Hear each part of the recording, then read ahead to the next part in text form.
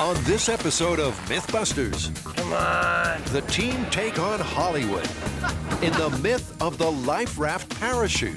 The build team lose their heads over hair care as they test the explosive properties of hair cream. Hold up, babe. And at the boneyard, the boys are having fun. Ah, it just occurred to me what I'm doing today. Cutting up a plane. For a tall tale of fuselage freefall, where Buster discovers velocity can be terminal. Oh, my God. Who are the MythBusters? Adam Savage I reject your reality and substitute my own. and Jamie Heineman. We're either going to die or we're going to fly. Between them, more than 30 years special effects experience.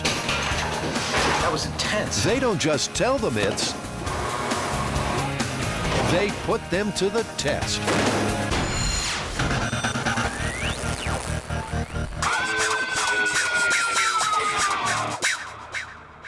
So, we're back at one of our favorite locations to shoot at, Jamie. What are we doing here this time? Well, I'm not sure what you're doing here. Why don't you take that off before you pass out?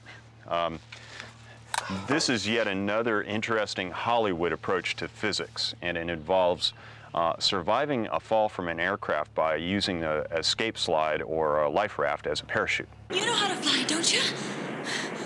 No. Everyone's favorite archaeologist shows us how it's done. With a physics-defying, save-the-day Hollywood leap of faith, followed by an unlikely landing. So, is it Hollywood hocus pocus, or can it be done in the real world? For answers, the team have come once again to the Mojave Desert Boneyard, aka Myth-busting heaven, That was cool! where old airliners go to die. So, what is our plan? Where do we begin? Well, obviously we have to find an escape slide and a life raft, and we're going to attach Buster to them and haul him up in the air in a helicopter. At that point, we'll drop him and compare the speed that he falls at with what he would fall if he wasn't attached to anything. And maybe it'll be a survivable speed. Well, one can only hope.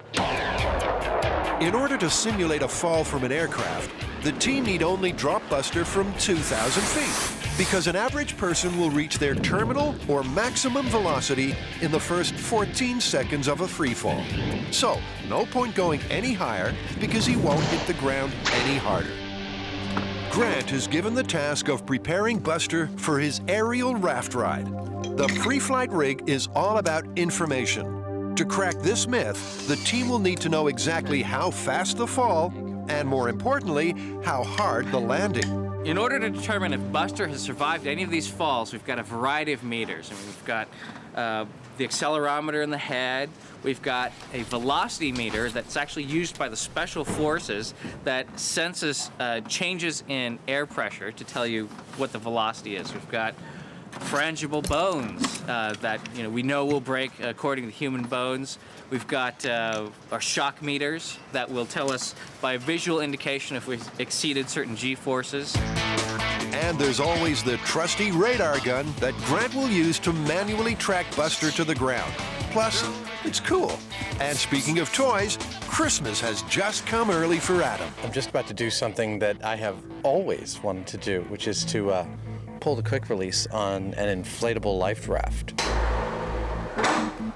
Back at base, Carrie has found an explosive myth on the Discovery fan site.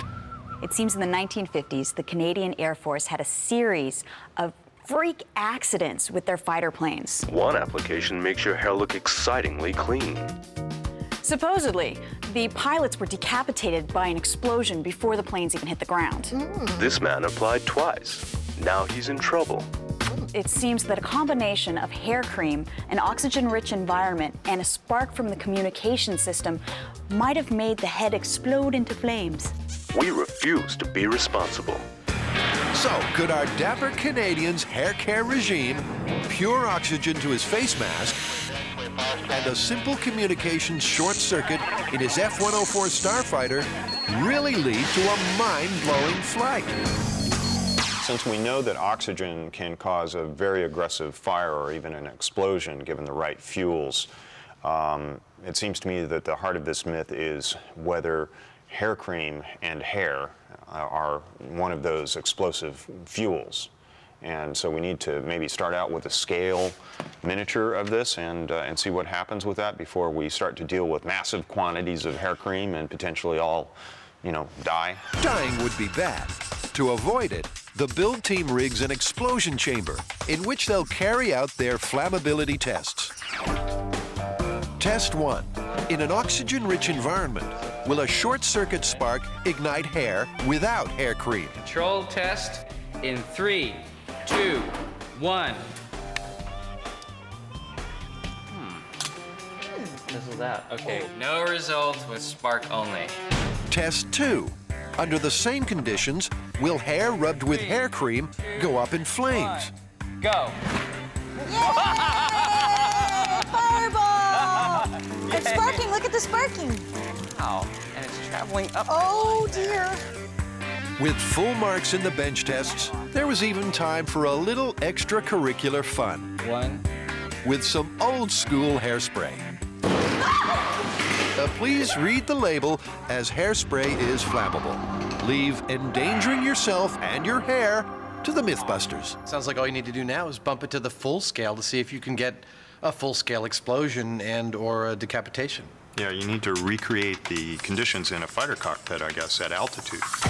To recreate cabin conditions, Tori tackles the question of cockpit volume. Math stuff's hard. For help, he visits the Hiller Aviation Museum, where he finds a model of a US A4. The A4 has an almost identical cockpit setup to the Canadian starfighter of this myth. Probably a lot easier to measure from the outside, but it's a lot funner to measure from the inside. Tori has all the data he needs, now to work out how to build his own fighter from junk lying around the yard. I think I found my cockpit. The Sharamar. One previous conviction, last seen on Shark Week in a ram raid. While Tori is cutting out the canopy of the cockpit, the rest of the team get busy turning this shark into a jet. Grant focuses on recreating cabin conditions of an F-104 at 30,000 feet. He rigs inlets for oxygen to the pilot and regular air to pressurize the vessel to 5 psi. Using real hair from the local barbershop, Carrie makes some toupees for the Canadian pilot flambe. Hey, if myth-busting doesn't work out for you, you could go into the toupee making business. And you can't have decapitation without a head. Kiss me. Kiss me. This is the helmet they would have worn in a F-104 starfighter. Oh, Woo, look at that. Look at the eagle. That is badass. that is so hot. The working face mask and helmet gives this myth the seal of authenticity. Tiny-headed Canadians. Plus, Adam will have to try it on, and there'll be an all too brief moment of silence. Okay. I can't move my face. This right here would have been the pilot's microphone. Grant believes the most likely ignition source was a short circuit from the 24-volt intercom. So he rigs his ignition system from the small-scale tests to the face mask. And Plan B is the trusty model rocket igniter. You got it. Backup headgear will be this full-faced Russian MiG helmet. First, they'll check the airtight neck seal. Oh my God! Yep, that works. All right, you ready for takeoff? Now, to get it off. Okay, I'm gonna hit your face.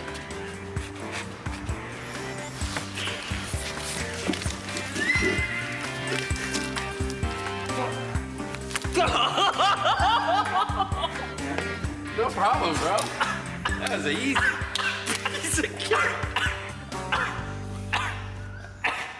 That sucked! In the Temple of Doom, Indiana Jones, with desperate ingenuity that wouldn't look out of place in an episode of MythBusters, uses a life raft as a parachute. To test this Hollywood stunt, evacuation equipment is at the top of the shopping list. And for that, expert Rick Dixon is the man. although his prediction for the upcoming raft ride is probably best kept from Buster. Oh, really? I think Buster's gonna have a real bad fall on this thing. I think it's gonna flop down like a nickel twirling. Oh, like it's gonna tumble? I think so, yeah. Oh, that would be bad. There are 2 major pieces of evacuation equipment, so 2 drops are planned. Drop 2, and Buster will be hanging from an escape slide. Drop 1, and he'll be doing his best Indiana Jones impression by attempting a life raft ride to Earth. With this surplus raft ready to go, Danny talks the boys through the inflation. So that's it. Well, that's your raft. That's our raft. How big is this thing gonna be? Well, it's a 46-person raft. It's gonna 46 person. It's a 46-person. It'll probably be about 25 feet in diameter. So is this the thing you yank on here? Right? Well, that's With premature inflation gags like that, Jamie's position as safety officer could be under review. Can I stand on top of it when it goes? Yeah, you can. But then the alternative is Adam. Pull the string! Pull the string!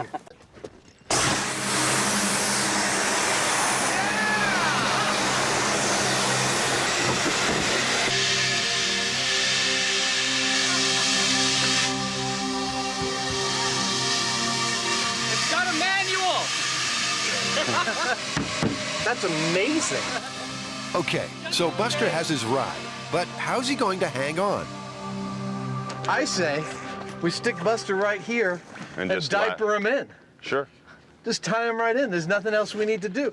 Rig up some lines to the, the corners of this thing.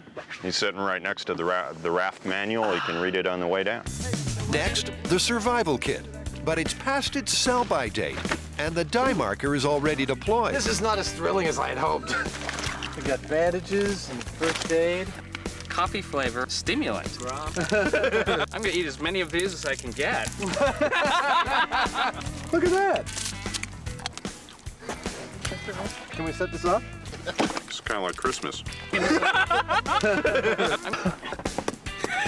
Oh! And it's green liquid. It seems to be made of alien blood. Why did green liquid come out? Did you just drink that? That's the dye. This looks like a bad episode of ER here. We've just performed an emergency cesarean. Got any more of those coffee tablets? All of a sudden I'm gonna be addicted to these. I'm just gonna give me another one, man. There we go. Buster's going to be smack in the center of this raft, which is exactly the way we've seen it in the movies. And he's sort of riding it down just like you would normally ride in the raft. And in the yellow corner, Indiana Buster. It's time for round 1.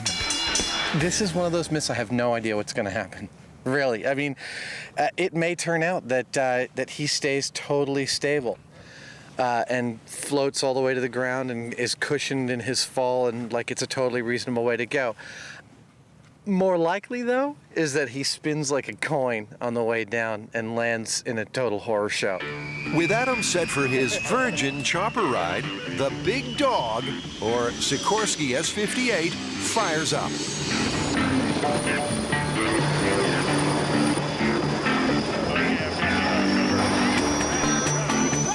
The raft is attached, and stage 1 is complete. Stage 2, with Raft and Buster heading for the drop height of 2,000 feet, everything is looking good. But then, disaster. At only 400 feet, the rigging gives way, shortly followed by Buster.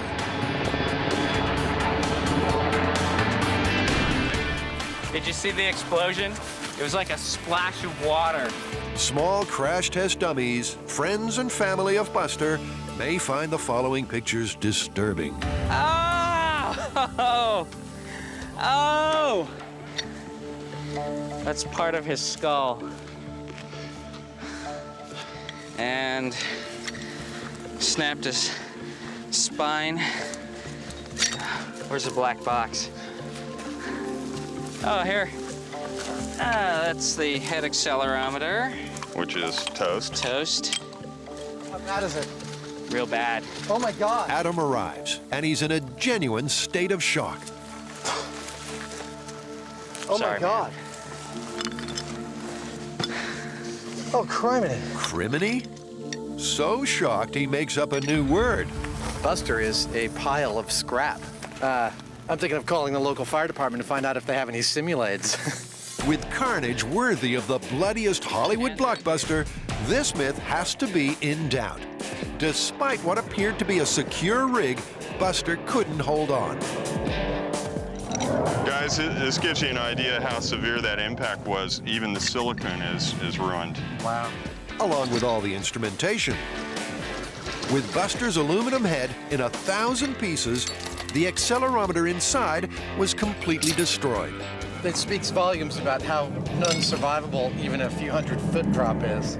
The ropes that we used to tie this thing together, including the tie points that we tied to, ripped. There just were a number of rips, and these are things that are probably have a load rating of, you know, several hundred pounds each one, and we had half a dozen lines tied in various places. Meanwhile, in surgery, turns out that he broke every bone in his body. Yep. This is without a doubt the worst damage Buster has ever sustained. Round 2. And Jamie doesn't want another rigging failure. This time we have some big hauling straps. So we've got 2 straps that are not going to break, basically. They could pick up the whole aircraft. Dr. Savage and his team have achieved an engineering miracle and resurrected a shattered Buster. They've replaced all his bones, given him a new set of shock watches, and transplanted his head with a new accelerometer. I'm gonna break some environmental laws when I shower tonight. Bye, Buster.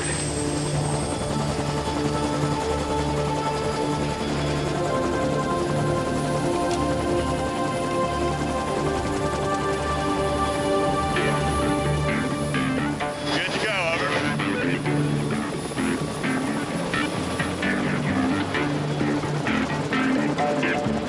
Buster appears to be detached, but he's still in the raft, over.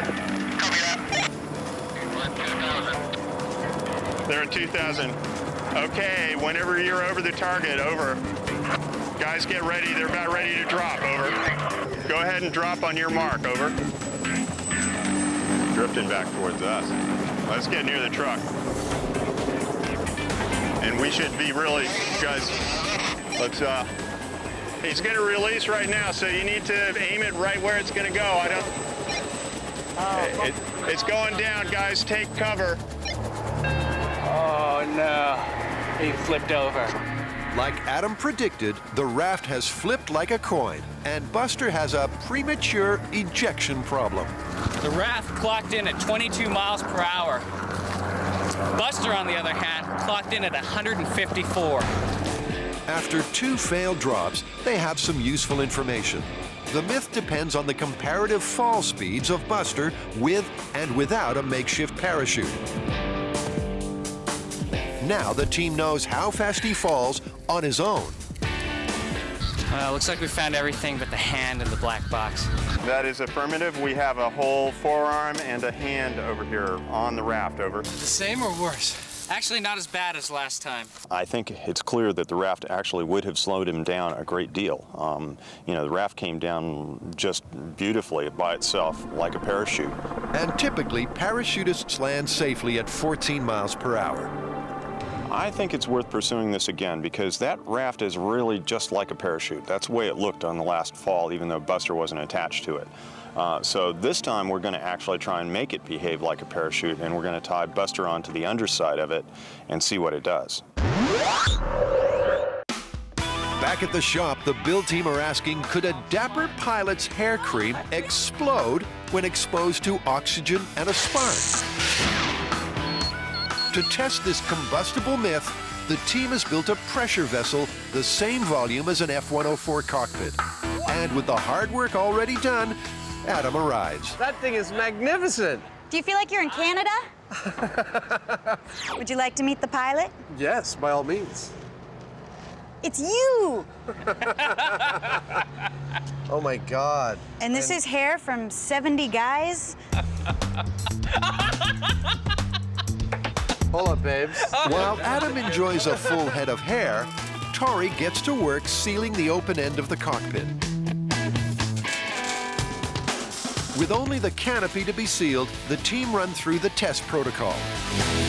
Test number 1, the conditions are using our equivalent cubic footage cockpit here. Pure O2 going into the face mask. I'm very excited about this experiment. We're going to pressurize the cockpit up to a correct pressure of 5 psi. Whenever we're doing an experiment with fire and explosive elements, I love it.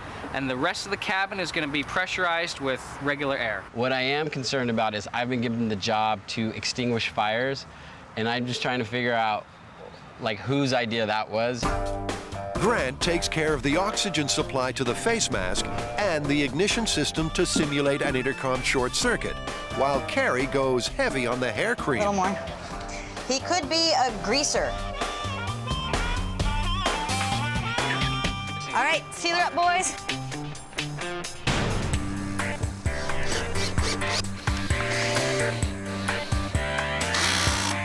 I need a pair of vice grips. Ignoring the potential hazards of dealing with a pressure vessel, the team take off on test 1. It's probably coming out of all the screw holes. Well, we're going up 1.5 pounds. Should we maybe be getting away from this thing? No, okay. Well, I like danger. I can definitely hear it coming out of there. We're almost 3.5. Can you start the O2? Should we maybe get behind the blast shields, or does it matter? Well, it is a pressure vessel. I mean, given the surface area, there might be, I don't know, 1,000 pounds pushing out on it at 5 psi. Okay. Same thing with that back there. I would say everybody walk around that side, the welded side. Yeah, don't. Oh, that side. See, whoa, dude, you barely missed disaster. Wow. With that potential for explosive decompression, this test, its safety protocol, and whether it goes ahead will have to be reviewed. Well, we got an explosion. This was not the explosion we were looking for, but we got one. In the Myth Life Raft Parachute, Buster found out how terminal velocity can be. We have a whole forearm and a hand over here on the raft, over. But on the operating table, Adam and Grant resurrect Buster from his fatal fall. Round 3.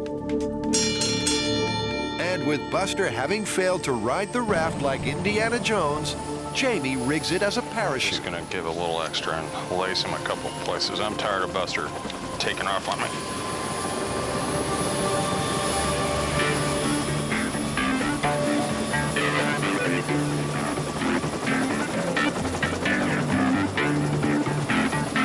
His ass is hanging out. Wow. Look at that. It's gotta work this time. Famous last words. Looking good so far, Steve. He is taking his time so he doesn't rip the thing. He's gonna favor the upwind side of the X a little bit, over. You guys make sure you can get under that truck in a hurry, over. Okay, Steve, I'd say go ahead and release at will. You look good, over. Okay, he's releasing, guys. It's going. It's going. Oh, it's beautiful! Be careful before you speak too soon. Look at that! Woo! It's not over yet. I know! Come on, Buster! Look at those little entry ramps are like wings, you know? Oh, that's great!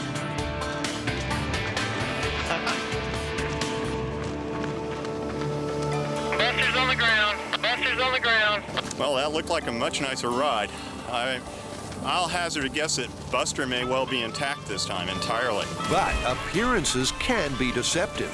Buster has once again sustained some severe damage. But would he have survived? All the 50G shock watches broke on all of his limbs, but in his chest, the 75 and the 100 did not get tripped. So that means that he got all busted up. He would not be a happy camper, but he might just be alive. If you could have leaped out of the airplane with this raft, inflated it in midair, rigged 4 points to it so you could hang from it like a parachute, you might, just might survive. But all the other aspects of this are so unrealistic. The odds of you being able to achieve this rig while falling out of a plane are so unlikely as to be almost ludicrous. This myth has a busted look about it, but the boys decide to give it another go. Next, they'll test Buster on the escape slide. How you doing, Adam? I'm doing great, Jamie. I'm not doing a hell of a lot for the cause, but you know, I look good, and that's really important. Hey, so this is what it's like to be in one of those parades, right?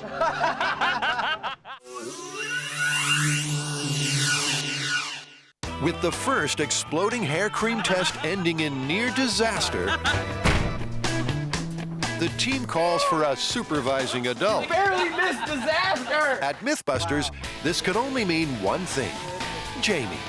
My impression at this point is it's anybody's guess whether this is going to continue to happen. If I were to bet on it, I'd say we're going to continue to have either leaks or further explosions with this. Jamie lays down the law and the team gets busy. Tori replugs the blown cockpit, and all systems and triggers are extended, including the fire extinguisher that will inject CO2, quelling any cockpit fires. Madam's tape, bitch. I don't need any more, bitch. Is it all together? Looks good. Oh, that's very nice. How come Jamie gets top billing? What the hell is that? With Adam speaking to the producer about a bigger trailer, preparations are complete. Time for test 1, take 2. So I'm starting to pressurize. With the pressure gauge having to remain in the no-go zone, 1/4 PSI. Adam uses the scope from the shop gun to keep his eyes at a safe distance. We've got a major leak somewhere. The air's still flowing, Adam. Can you hear past the earplugs? What's that? Can you hear past the earplugs? No, of course not. Well, the air is off. Blissfully unaware of Jamie's instructions, Adam tracks down the leaks, and with his trusty screw gun, nails them. Still climbing. It's going up quicker. Coming up on 4. You're at 5. Okay, Carrie, start air oxygen flow. Initiating oxygen. 5, 4. After 5 minutes of oxygen to the mask, Grant is ready to short-circuit our pilot's hair cream cocktail. 5 minutes of oxygen flow, go ahead and spark. This will be an electrical spark, our primary ignition. Stand by. Sparking in 3, 2, 1, spark! Is that the sound of a busted myth? With no ignition from the short circuit, time for backup. This is the model rocket igniter. In 3, 2, 1. Big old nada. Woo! That was thrilling. Smoke coming out of the mask. Kill the O2. O2's off. Depressurizing. The CO2 from Tori's fire extinguisher has unexpectedly doubled the cockpit pressure to a dangerous level. Stay behind the barrier. Pressure's dropping to 9.5. I feel like I'm on a submarine. It's frightening. We're at 1,600 feet and dropping, Captain. That was exciting. In a life-threatening sort of way. That's amazing. We got a result out of that. I'm totally impressed. To be honest, I didn't think anything was going to happen. I'm really excited that we got a fire. And then when I hit the CO2 to put out the fire, the pressure built and we started, leaking air in it. The PSI of the whole thing went up to like 10 PSI. So that was a little exciting. No explosion though. No explosion, but under accurate cockpit conditions, the MythBusters did get our pilot hot under the helmet. It seems this myth could be plausible. I've got gloves on. Let me grab his, just in case it's hot. Look at his face. Whoa. Now. Oh! Well, that's going to cause a bit of a problem. It melted his lips and nose off. Oh my God. When that happens. This is what's left of the O2 system. Dude, there's been a bunch of cases that involve elements close to this myth. In the early 90s, a pilot getting into his jet on an aircraft carrier put on his oxygen mask, and apparently his hair cream reacted with the oxygen, blew his helmet off of his head, and gave him third-degree burns. The most famous one of them all, of course, was the Apollo 1 incident.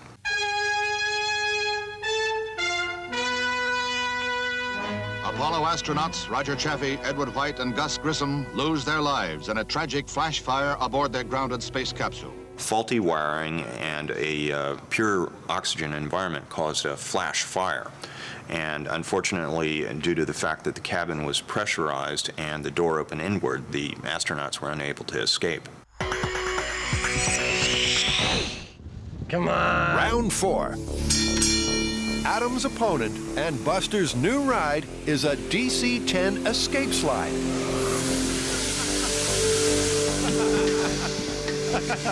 That's the coolest thing ever! Adam celebrates with more coffee tablets. And like Tigger, he does his best thinking while bouncing. All right, so we got to figure out where to put Buster in here. They decide on a rig with a view. He'll be like this. Oh my God! Like that. Okay. After 3 drops with the life raft and a better understanding of the forces at work, Jamie and Adam make short work of the escape slide rig. Chopper ready to go? Buster, you are cleared for takeoff. We should all be clear, and be aware the wind's blowing this thing this way once it starts to do liftoff.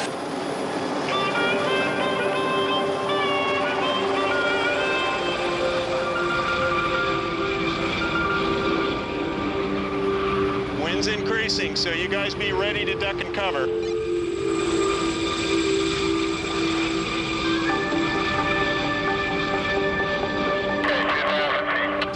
Feet. Okay, he's at 2,000 feet, guys, so be ready. The drop will come anytime now. Anytime you're ready, Steve. And the drop has happened. Oh, look, it's sailing. Wow. So far. I made it flip, so it's looking like it's wanting to. Whoa. Tell the guys to watch out. Watch yourselves, guys. Wow! Certainly not going where I thought it was going to go, Kelly. That is incredible. Oh, damn. What? It just looks like it wants to flip so bad any time now. I know. Oh!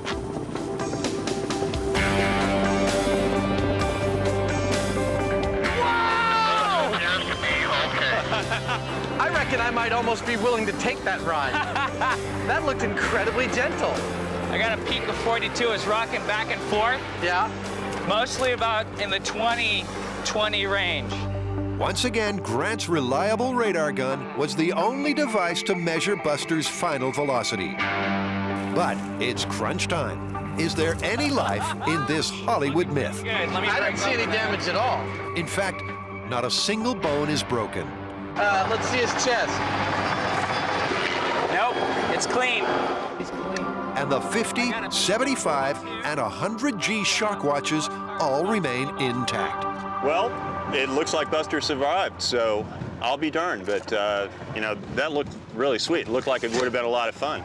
Dude, it looked like it would be also the most terrifying ride in the world. You're like, oh my God, no, it's okay, I'm okay. Oh, no. With Buster in good health, it seems this fall was easily survivable.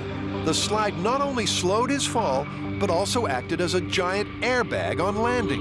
It surprised the heck out of me with all the difficulty that we had earlier, but it worked like a charm. And, you know, outside of the obvious thing that we keep going against with this myth, that you'll never get into one of these while an aircraft is going for 100 miles an hour or whatever, but if you did, that would be the way to do it. So what do you think of those results? Well, that was a lot of fun. You know, in spite of what we thought, actually the life raft and the slide significantly reduced Buster's velocity. But you're not going to get that door open that's got the slide in it. The second you inflate it, it's going to rip right off the plane. If you inflate the raft inside the plane, there's no way you're getting it out the door. I mean, it's just every aspect of it, it's busted. Okay, it's busted.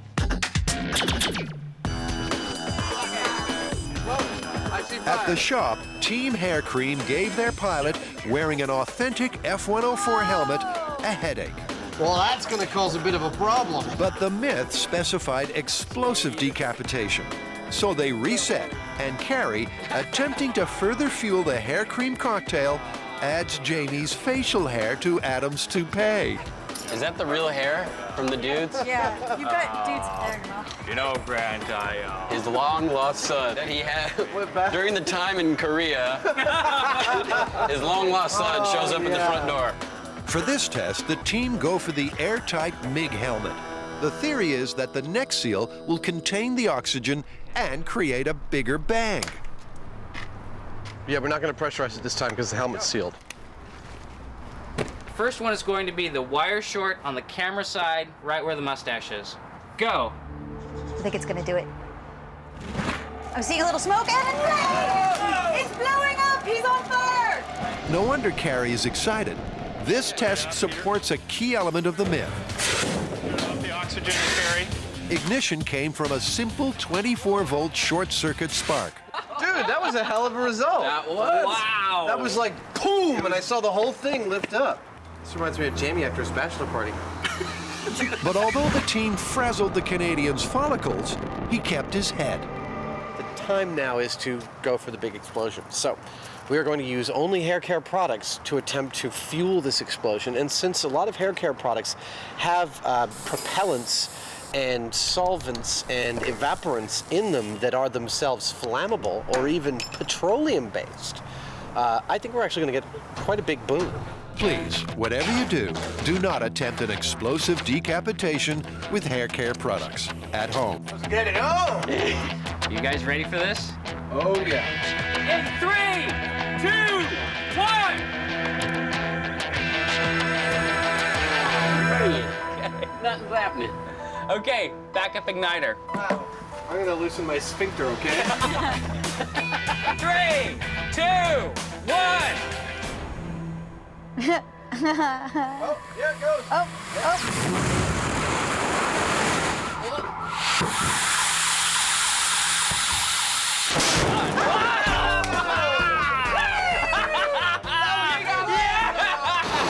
That was awesome!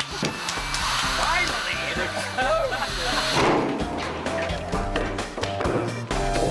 Oh, that was quite satisfying. Well, you guys did some good work on this myth. I really think it's solid. What conclusions do you come to? Well, amazingly, part of this myth was plausible. Hair cream in an oxygen-rich environment, just like you'd find in a cockpit, and spark caused fire. Not just fire, but aggressive fire. But by the strict definition of this myth, which is explosion and decapitation, we did not by any means achieve that. So I'm calling it busted. I would say, like every myth we do, there's an element of truth to it, but it didn't meet the circumstances. It's busted. Busted.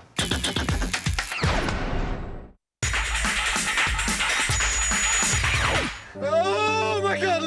Okay. With the myth of the Hollywood life raft parachute busted, Adam and Jamie look into another aviation tall tale. The longest reported survived fall without a parachute. The story goes that a flight attendant was on a plane in which a bomb went off, and she survived the fall from 33,000 feet without a parachute. They found her on the ground still strapped into her flight attendant's seat in the wreckage of the rear of the plane. On the 26th of January, 1972, Flight 364 to Zagreb exploded 33,000 feet over the present-day Czech Republic. All the passengers perished, either in the blast or on impact with the ground. But reportedly, there was one survivor, flight attendant Vesna Vulovic. Well, what's our plan? How are we going to pull this one off? Well, look around, man. There's nothing but junk planes around here. I figure all we got to do is cut the tail section off one of these planes, strap Buster right into the flight attendant's seat, and drop it from the same height as we're dropping the raft. To get started, the team used their only major clue. Vesna Vulovic was found strapped into the flight attendant's seat at the rear of the DC-9. And to test Buster falling in a wrecked plane, first job, wrecking a plane. There's her stewardess seat. That's terrific. The only issue now is a weight problem. With 3,500 pounds the limit, this plane is going on a diet. Well, shall we back the truck up and start cutting? Might as well get into I it. think we know where our cut is, so let's just cut it, weigh it, and see where we stand. All right, choose your weapon.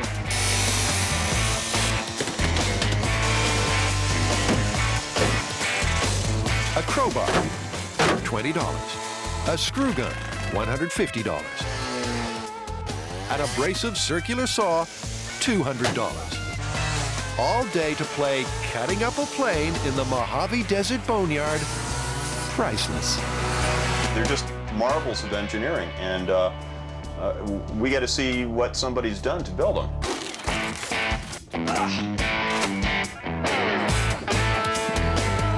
Look at all this crap. It's like they didn't want these things to fall apart.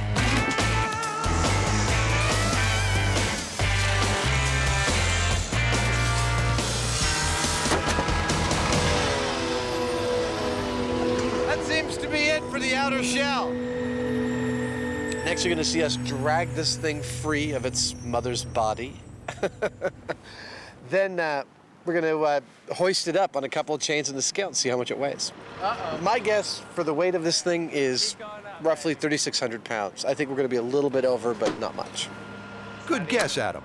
But as our crane operator hauls our hunk of fuselage onto the scales, the news is clap. This section of the plane, as it is now, weighs about 6,000 pounds, which is about a third more than what we can handle on the chopper. So we've actually got a lot more work to do. It's time for a crash diet. Adam gets stuck in, removing as much excess baggage as he can get his hands on, while Jamie gets the crappy jobs. Hey, Adam. Yeah. I brought you a present. Wow. They've removed all the crap, but still need to lighten the load substantially. Time for another cut. Come on! Yeah! Is there any better way to end the day? Come on, baby! Yeah! The fuselage is free, but has the Heinemann diet been savage enough? Spot on, 3,500. It's beautiful. Well, our researchers have been unable to find a single instance where somebody has either tried to or been successful with surviving a fall from an aircraft in a life raft or a slide. Yeah, but in the history of aviation, there have been an amazing number of what we would call wreckage riders, people who have survived from those heights in the wreckage of the crafts that they were flying in. In increasing order of altitude, we'll start in January 1945. A B-17 bomber pilot survived a fall from 27,000 feet in the wreckage of his plane. And also in 1945, and also from a B-17, a tail gunner survived a fall from 28,000 feet, only to be captured and taken prisoner. That's gotta suck. He was totally unhurt, though. And most recently, Steve Fawcett actually survived a fall from 29,000 feet in the wreckage of the balloon he was using to circumnavigate the globe. He estimates that when he finally hit, he was only traveling at about 40 to 45 miles per hour. Buster's ride awaits. With the fuselage at fighting weight, it's time for the main event. This is the main event. We've all been waiting all day long. There are three ways in which this piece of aircraft could actually save Buster's life by him being inside of it.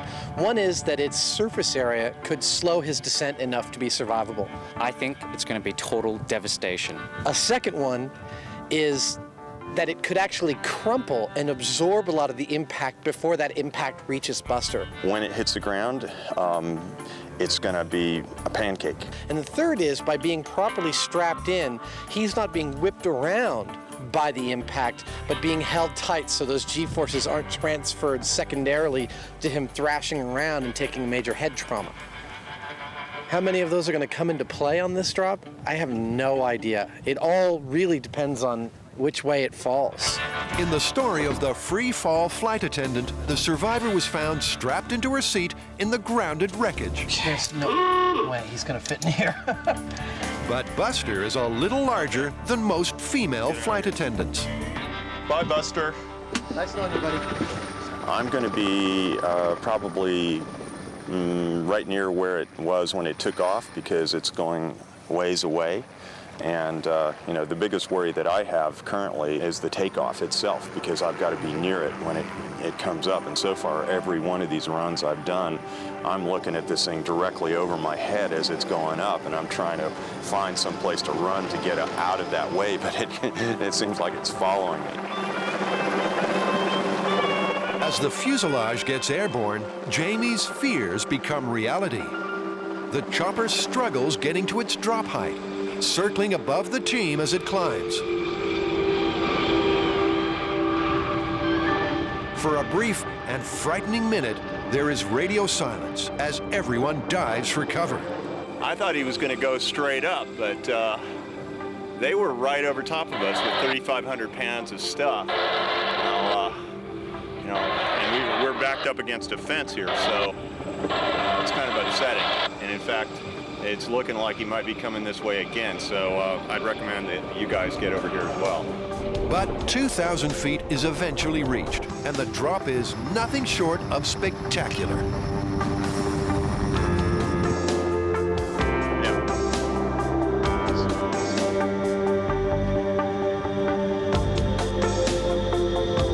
As the old saying goes, it's not the fall that'll kill you, it's the landing. When it hit, it was like, you know, we saw this smack and then felt that. Woo. Yeah. Wow. That was a bang. I hope we don't have to do too much cutting to get Buster out of this thing. With his radar gun, Grant clocked the fuselage at 96 miles per hour. At that speed, could our wreckage rider have survived? Dude, it is totally inverted. In the original myth, our flight attendant had severe injuries but lived. Is Buster once again busted? Is the myth? Can't get there yet. We're not leaving here without Buster, man. Leave no crash test dummy behind. Main thing I remember about that drop was trying to run to get out from under the darn thing. The more I do this show, you know, if I feel like running, I'm gonna run. And that was one of those cases. Buster has assumed the fetal position. Dude, you should have been in the brace position. It's like a Christmas tree of carnage.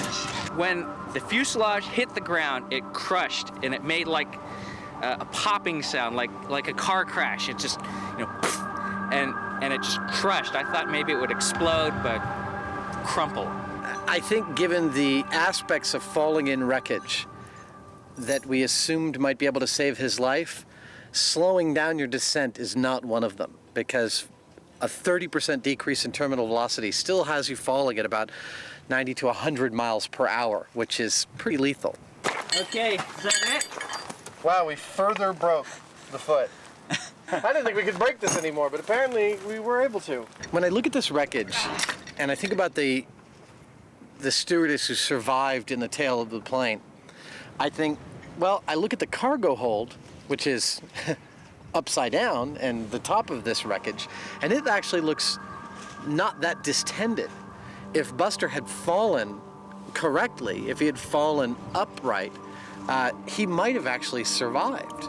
It's all about the details, the exact circumstances, you know, what exactly was the section of the tail end of the plane that she was in. How fast are you going in the airplane when you're trying to escape from it with a life raft or whatever. I mean, all those details mean the difference between success or failure. Enough with the details. What's the verdict? Given that we know that the stewardess that survived in the tail section of the plane is true, and that humans have survived some fairly remarkable falls, I would say this one is entirely plausible. It's not the preferred method for getting out of an airplane. But it is plausible. It is plausible that it's survivable.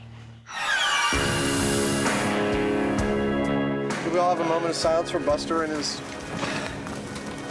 work for the cause? Thanks, buddy. Jamie won't, because he thinks it's stupid.